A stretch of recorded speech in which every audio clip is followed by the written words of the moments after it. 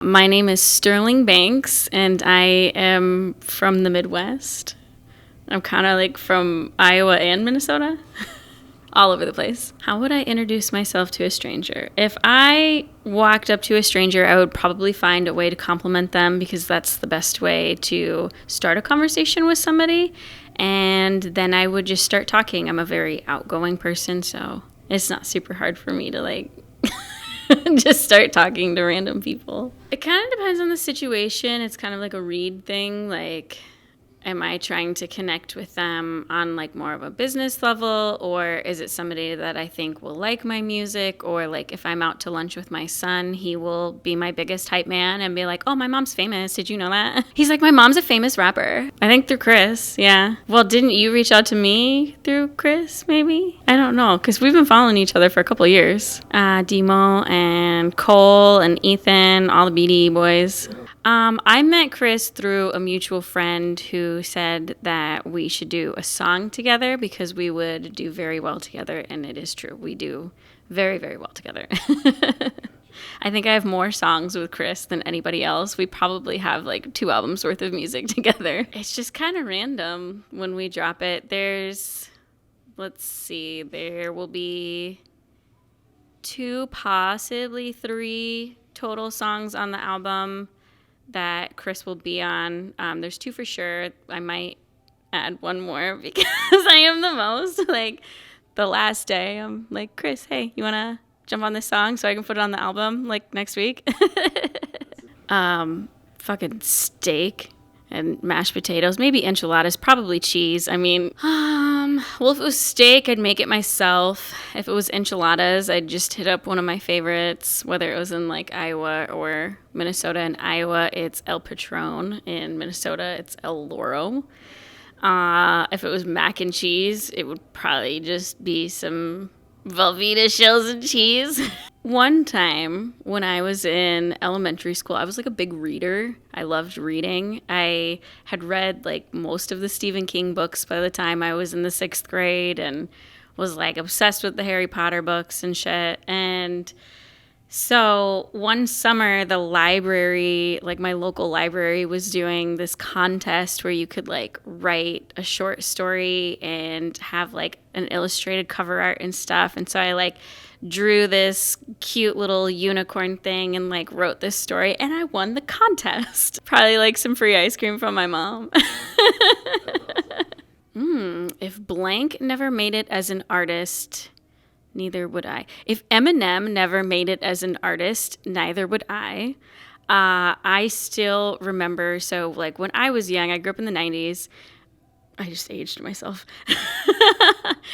I grew up in the 90s, and I had like, again, I'm going to age myself. I had like the Walkman, and I had cassette tapes, and I had like Britney Spears and Backstreet Boys and shit like that. And one time we were on a drive I was on a drive with my brother, and he gave me his Discman with like a CD that he had burned.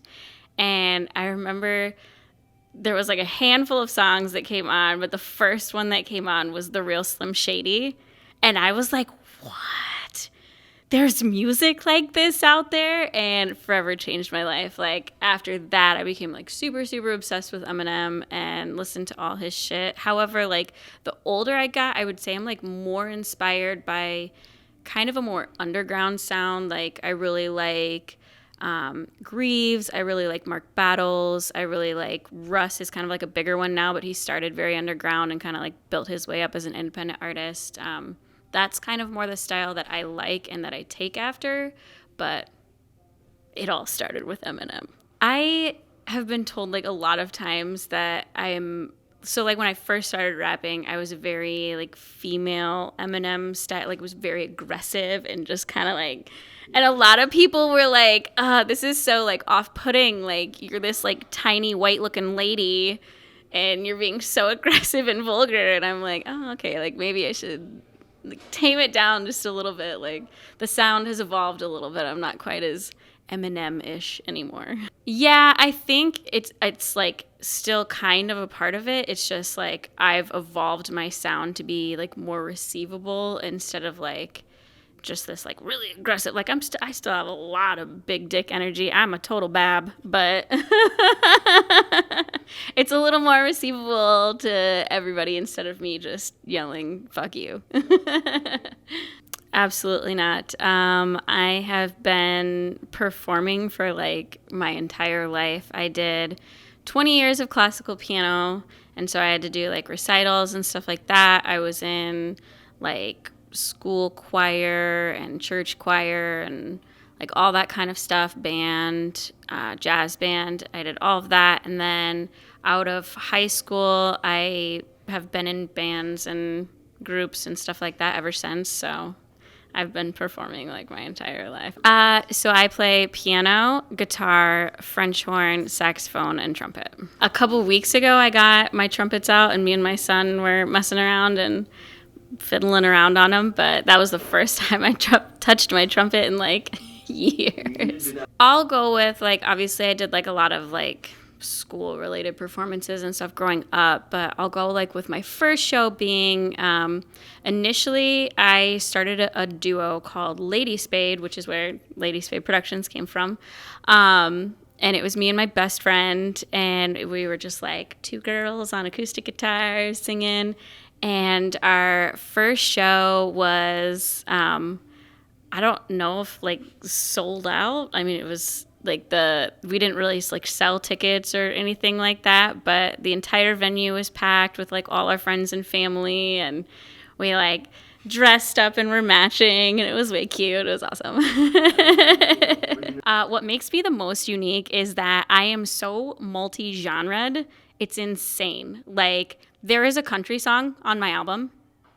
I shit you not. I made a country banger. I woke up and was like, I'm going to make a country banger today. Sure did that. So like I cross over into so many lanes. This album has like so many pop songs on it. So there's a lot of pop, there's country. Obviously I do like the hip hop and rap.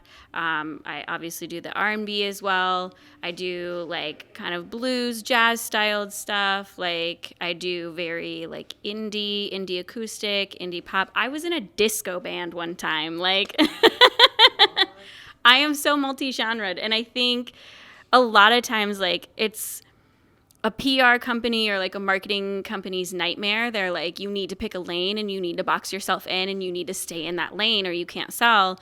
And I'm like, well, no, I feel like that's kind of what makes me sell, is that like I can literally do anything I want, any genre I want. I just do it. Initially, when I first started writing, I was very much like I would write bar by bar by bar, and I would have like the entire thing written out before I would even go to the studio, and it was just like very, very calculated and like, I don't know, just like very calculated, I guess is the best word for it. And the producer I was working with at the time was like, well, you should try and just like pull up random beats and just go in there and kind of like make stuff up, like just go off and figure it out. And so I worked on that. It's taken me like the last 2 to 3 years to now I'm to the point that generally when I sit down and write a song, I have zero idea where the song is going, what the intention of the song is. Like I'll hear a little piece of it in my head when I hear the beat. Everything I do like goes off the beat. Like I hear the beat and I'm like, oh, this is what I'm doing. And I'll start and I have my little piece in mind, and from there I'm just like, well, what rhymes with that? That's generally what I write about. So I do a lot of like cover music and mashup music as well. There are both covers and mashups on the album, which is interesting because the handful of people that have heard the album so far, only a few of them actually knew the covers and mashups, which they're like rather large and iconic songs. But what I'm quite good at is like taking a song and completely re-genreing it and turning it into something different that you don't quite like notice at first, that you're like, oh, I know this song.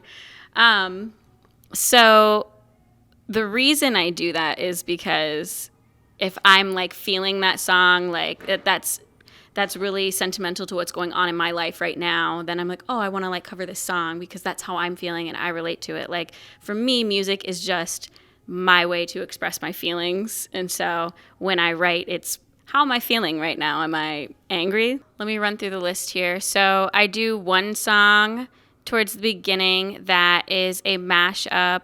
It's one of my favorite mashups. I have been doing it over the years from back when I was playing on the guitar at first with Ladies Fade. I've done it consistently throughout the years, and it's a giant mashup of On the Rocks by Greaves, Hell Yeah Fucking Right by Drake and Lil Wayne. It has a Mayday song in it. If we're all connected, how do I unplug? I can't think of what that song's called. That song by Mayday and Come Through by Drake. So there's that one. I cover Baton Rouge by Garth Brooks. I cover Wouldn't It Be Nice by the Beach Boys. But that one's almost a remix because I throw a little like stir verse in the middle. I cover You're Welcome from Moana. I have a mashup of No New Friends by Drake and whoever else is in that song. No New Friends, Hotline Bling, 100 by Drake and The Game. And I think there's one more in there. Maybe not. I can't remember. So actually, my album in January is going to strictly be cover and mashup music that I've done. Very, very iconic songs. Like that one will be very recognized. Like everyone will know the songs that I'm covering and will know that we'll still hear the melody, but it's like my version of it. So yeah, that's my January album. I really want to call it Icon, but then somebody was like, didn't Jaden Smith? And I'm like, fuck Jaden Smith. I've never listened to a single song of his. So the album dropping in July is called 30.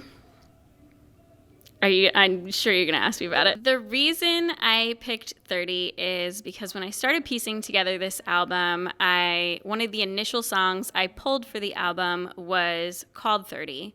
And it was a song that I had written a couple weeks before I turned 30. And Chris is actually on it. And it's just kind of like talking about that really pivotal change in my life where like I was really nervous to turn 30. I had always said that if I wasn't where I wanted to be by the time I turned 30 with music, then I was gonna shelf it and figure something else out. And I didn't feel like I was to that point, so I was like contemplating whether I was gonna quit music or not. And I don't know, it was just like a really big leap to be 30. It feels old to me, and I don't know. So I wrote that song with Chris, and we were actually going to use it for a project we were working on that kind of spoke to like addiction and recovery and that kind of stuff. But it was one of the songs that I pulled for the album, and then the album kind of like evolved into this really fun, really upbeat, like when you listen to a lot of my music, it's big dick energy. It's fuck you energy. It's this whole like Sterling Banks, Stir Daddy energy. And this album is a little bit different than that. And I think that really speaks to this time of like me being 30 where I'm like, I don't need to be so big dick energy all the time. Like I can let those guards down and just kind of have fun with it. And so that's why the album is called 30. Out of college, I started a production company called Ladies Fade Productions, where I was doing photography, videography, graphic design, audio engineering, all that kind of stuff. I worked at a studio in Iowa, engineering a lot of rappers and shooting music videos, doing photos, stuff like that. So that's what I did for a really long time. COVID kind of made that really hard. And that's kind of what pushed me to actually become a solo artist and like pick, because I had kind of quit music during that time, and it kind of pushed me to get back into music because when COVID hit, I'm like, well, my services are going to be the first to go out the window. Like, who wants a video shoot when we can't even leave our house? So I started like thinking about how I could evolve with it. Like, how could I help an artist market themselves online? And I'm like, well, I don't know, but I'm an artist and I could be a really good guinea pig for figuring out how to market myself online. So I just kind of used myself as the test dummy and then never stopped making music. Think like one of my long-term pipe dream goals and kind of where I always wanted Lady Spade Productions to go was that like, yes, I think I'm talented. Yes, I think I'm a good artist, but like, I'm no Beyonce. I'm no Cardi B. I'm no, like, I like to think I will follow a more similar lane like P. Diddy. Like, I'll have my couple of bangers, I'll do my thing, and then I would love to come to the back end. I've actually been doing a lot of work on like learning the ins and outs of like high quality production stuff. For this album, there is the leading pop single, Home to Me. I sat down with Realistic Productions. I don't know if you know him. So I met him through people in Minneapolis, but he worked for Sound Oracle for the longest time doing stuff for them, and he's done stuff for Neo, Rick Ross, Nicki Minaj. Like, he's a phenomenal producer. And so when I had this like leading pop single and it's an amazing song, I was like, I really need like a professional ear on this. I want this to be the best quality that it can be. So I sat down with him and started kind of like learning some of these tips and tricks of like taking, like, yeah, anybody can produce a song and it can sound good, but I want to produce something great, and I want that little extra flair to make it sound great. So that's kind of like the lane that I'm really interested in playing around with now, like getting really good at producing and helping other artists. I feel like at the end of the day, I'm always going to do it all. Like, for me especially, I am like such a planned and calculated person. Like, I get really stressed out when stuff is not done in a timely manner. Like, we made a plan and then it fell apart. Like, that's why I have learned to do everything myself, because I needed somebody to engineer me, but then I couldn't get in or they'd blow me off. All right, taught myself to engineer myself. I needed somebody to mix and master my music, but I lost out on release dates because they didn't get it back to me in time. All right, learn to mix and master myself. Like everything in the business that I do, I can literally do myself from top to bottom. I can write my own beats. I can engineer myself. I can mix and master. I can build the album artwork for it. I can do the marketing for it. Like, if I don't have to rely on anybody else, then I can get it done. And so I think at the end of the day, I will always do all of those things. I would just like to build a company, a team, a collective of people that are like, have all of those talents as well, and build it up, man. Make some money. So I'm editing the videos for the 30 album.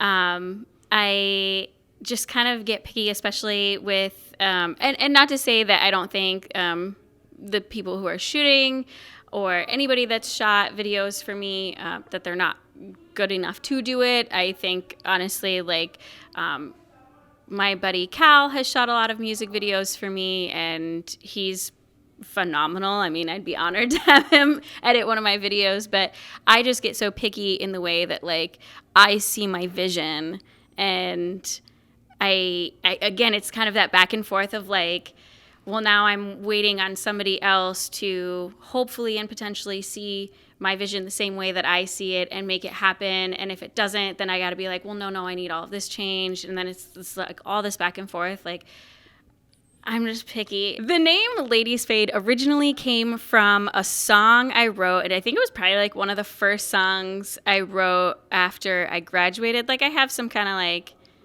funny, stupid little songs that I wrote in like junior high and high school and stuff like that. But I really kind of started writing music after high school.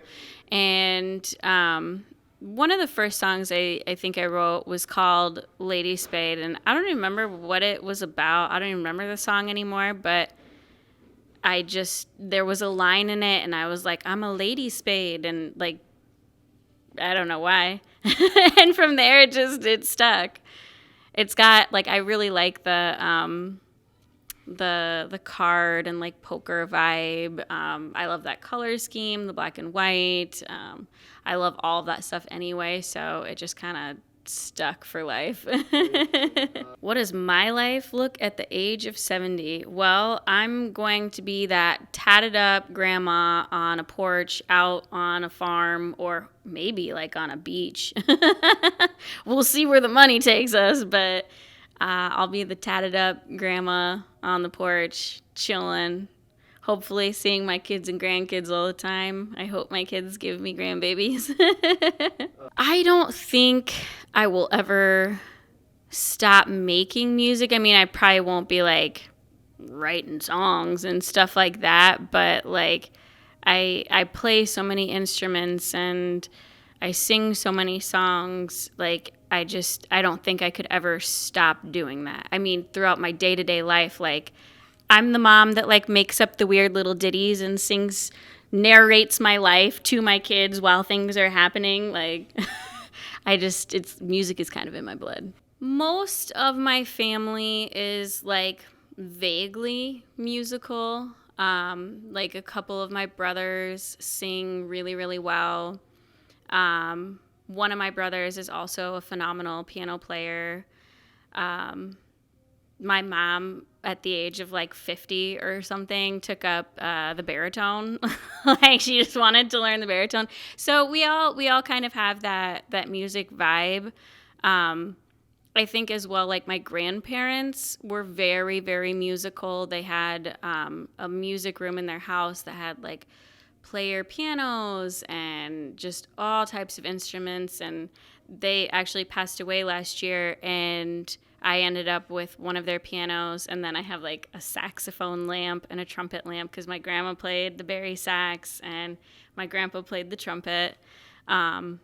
So yeah, I've just kind of been surrounded by a lot of music. Not necessarily that everybody around me has been like so good at music, like it was nothing like that. I've just been so surrounded by everybody doing musical stuff all my life. No, I would say my earliest memory of music would probably be piano, and that's why I am most attached to that. I started playing when I was like 4 or 5 years old, and just very quickly progressed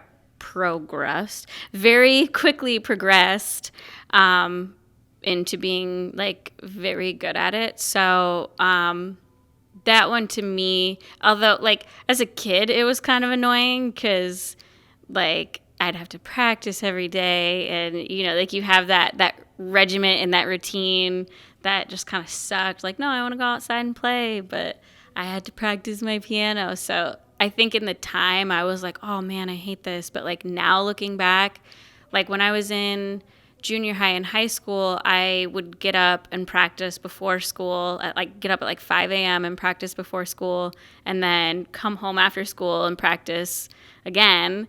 And like it sucked, but now looking back on that, I'm like, well, that's part of like what made me so incredible is like I put so much time and dedication into that how could you not be good? Something that I struggle with to this day is finding an effective way to like communicate and process my emotions. I feel like there have been you're going to send me down a rabbit hole. Like, are you okay for that?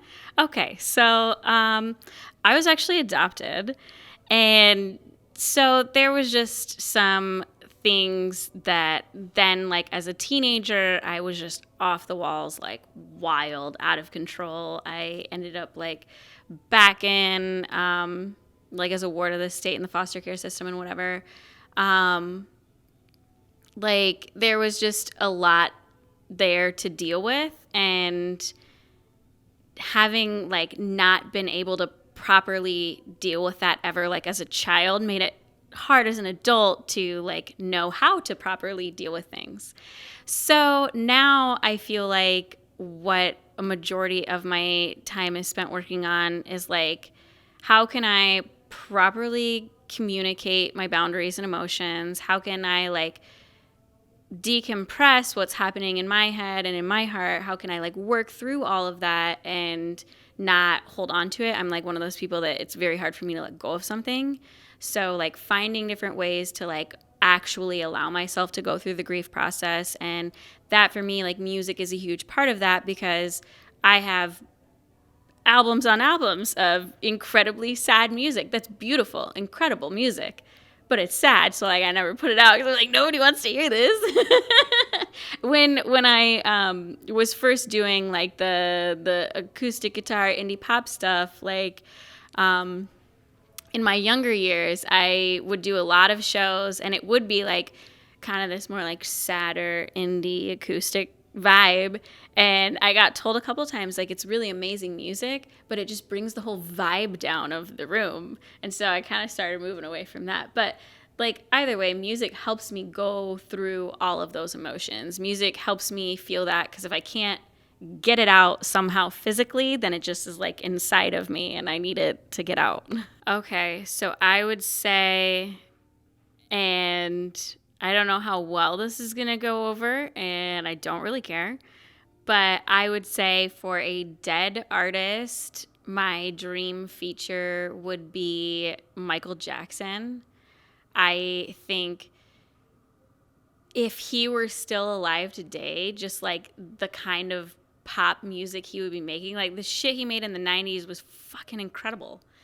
And so to just like imagine like now with the way that music has evolved, like just to imagine like what his sound would be now, because he was already incredible. I don't know. I just think that would be an amazing song. Oh, I want that song. All right. Where's the AI Michael Jackson for me? It's seriously, that stuff's so crazy. As for somebody who's alive, ooh, that's tough. I would say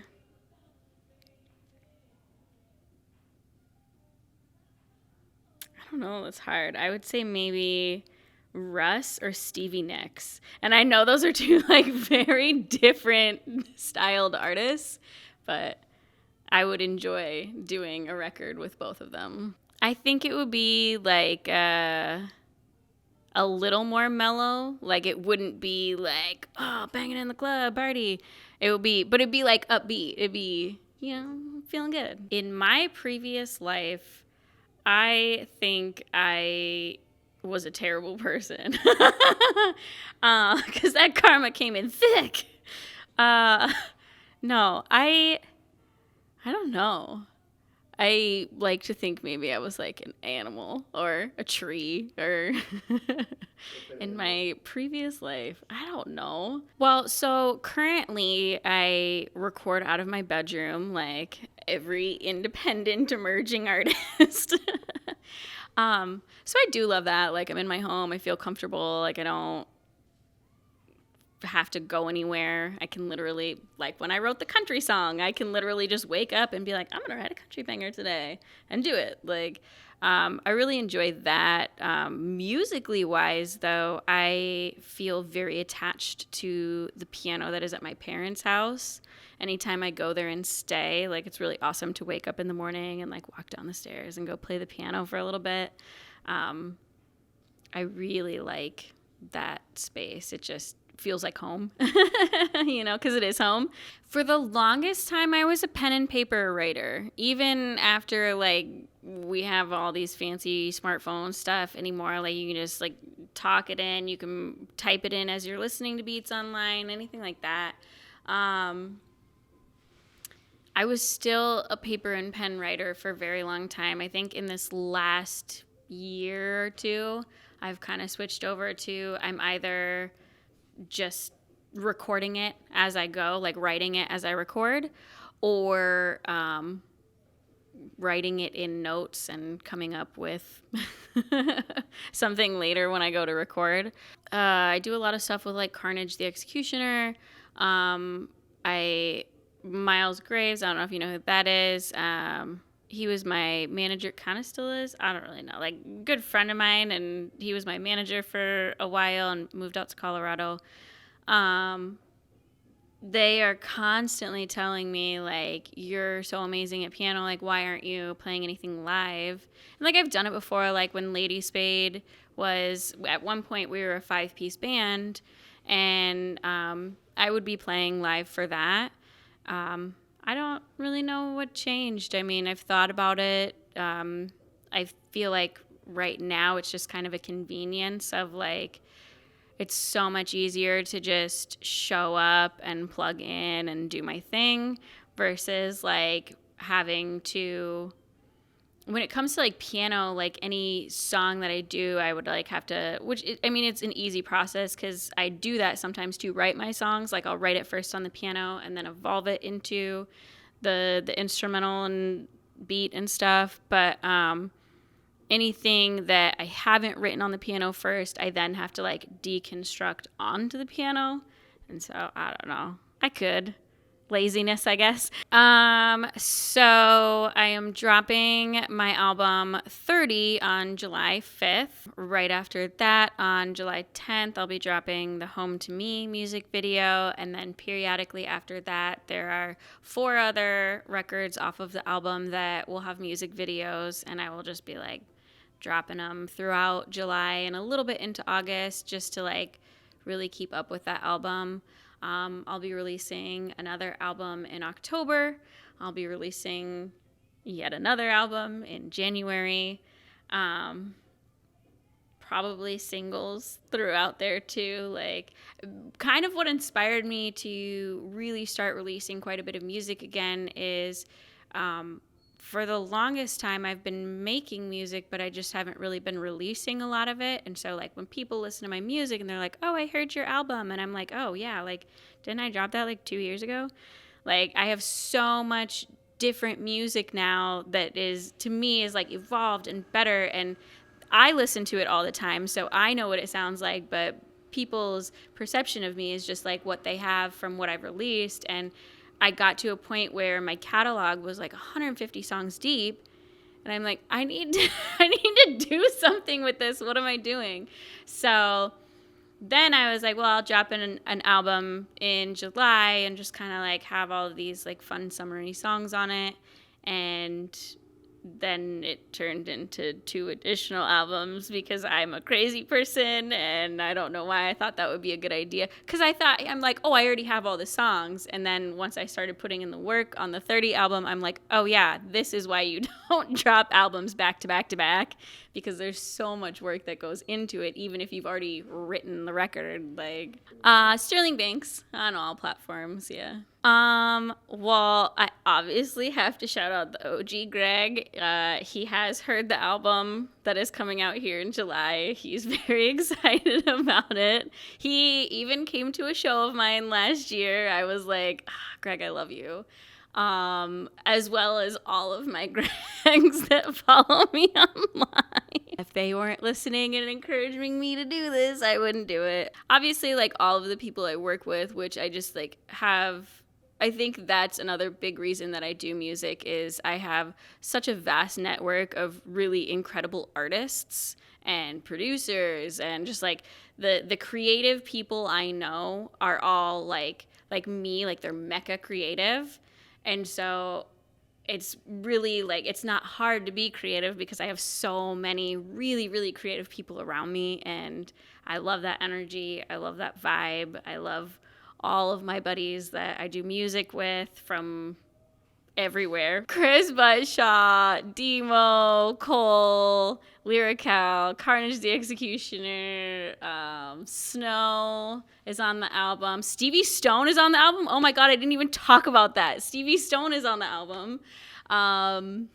Yeah, I just have such a vast net of people that I create with that I love them all. They're super great. It's been interesting over the last couple of years. A lot of my, like, main promotional stuff runs, like, like day-to-day live shit runs on my Snapchat. So like that's kind of like my main platform where I'm like, this is what I'm doing, this is what I'm writing, this is what I'm working on. Also, here's my kids, they're fucking cute. But that's kind of like my main platform that I'm consistently posting on, and then it like trickles down to the other ones. And it's been interesting to see the people that have followed me forever, because like we went to high school together and we've just known each other forever, and how those people have like throughout the years like reached out and been like, wow, it's so incredible to like see you actually living your dream in real time. Like that's amazing to see, from the time that I knew you when you were 18 drunk at a party playing the guitar for everybody. Like it's wild now to see all of the progress you've made. So I do love having everybody throughout the journey be there, because it just, you know, like reminds you where you came from, reminds you where you're going, reminds you what you're about to do. And I think that's really cool to have all of those people. Oh, okay. So I actually have a record that both of my kids are on, and it's called Never Leaving You. Over the last couple of years, it's been a little bit of a difficult time with me and my children, and just our personal life situation.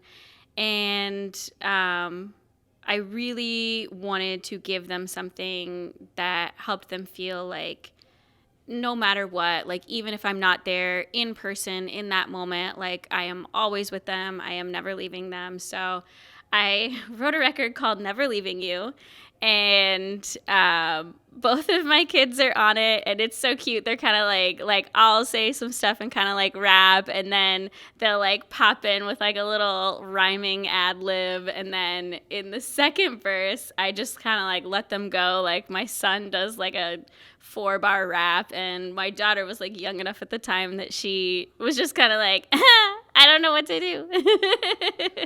I've always had my kids on my music. Like when Vincent was little, I would have him do like cute little ad-lib stuff on my songs, or like shout out Sterling Banks baby or whatever. Like he's always been on my music. Now that Moira is getting older, it's kind of the same thing. She actually has a record of her own. She is quite the little musician. I basically just gave her a beat and put the headphones on and press record, and away she went. And it's just the cutest little song, and it's really good too. Like I ended up showing Demo the record, and he was like, "Dang, she's hitting some runs better than I could." And I'm like, oh, seriously, like she's gonna be quite the little musician. She's also in piano already. So yeah, I really love being able to share music with my kids. Both of them are like really creative already, so it's really important to me to share that music with them, as well as like sharing with them that you can live your dream. I mean, I have to work hard. You know, like I still work a regular job and then do the music stuff, and then I'm still parenting my kids. Like it's hard work to balance it all, and that's why I have a song called Hard As Me. So I'm getting a bachelor's in business, marketing, and management. So that's kind of been like my big thing over my time as an artist, and one of my big storytelling pieces, and why I come with so much big dick energy is it's not necessarily like I think I'm better than anybody else or anything like that. Like I am just me, but I am working very hard for it. Like I take care of my kids. I work there have been times where I'm working like 2 or 3 jobs, taking care of my kids in school and still doing music on the side. Like I think it's important to me that not just my kids, I think everybody should understand it, but to me it's important to teach my kids that like if you work hard, then you can have the things you want. Like I want to do music very badly, and I would love to like get paid millions of dollars a year to do that, but is that the reality? No, of course not. So I have to work hard to be able to do music on the side, and I think that's important. Like, people just think that you're gonna like go online and pop off and stuff, and I'm like, no, you have to work for it. You have to put in the work. You can't just be lazy about it. Like, music is a business too.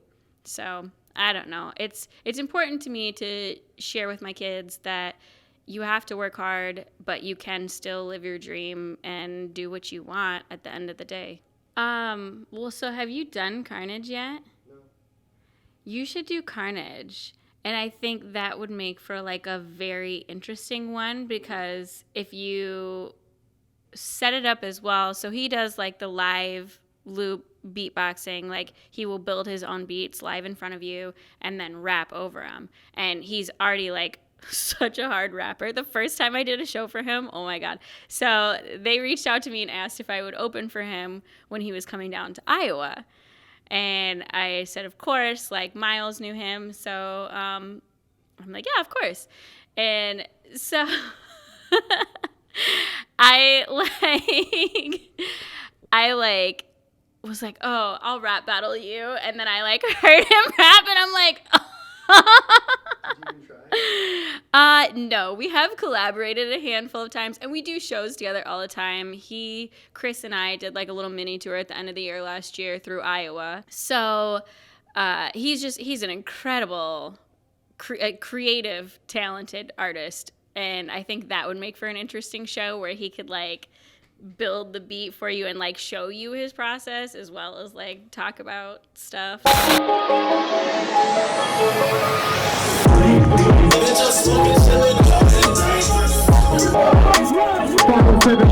Collective.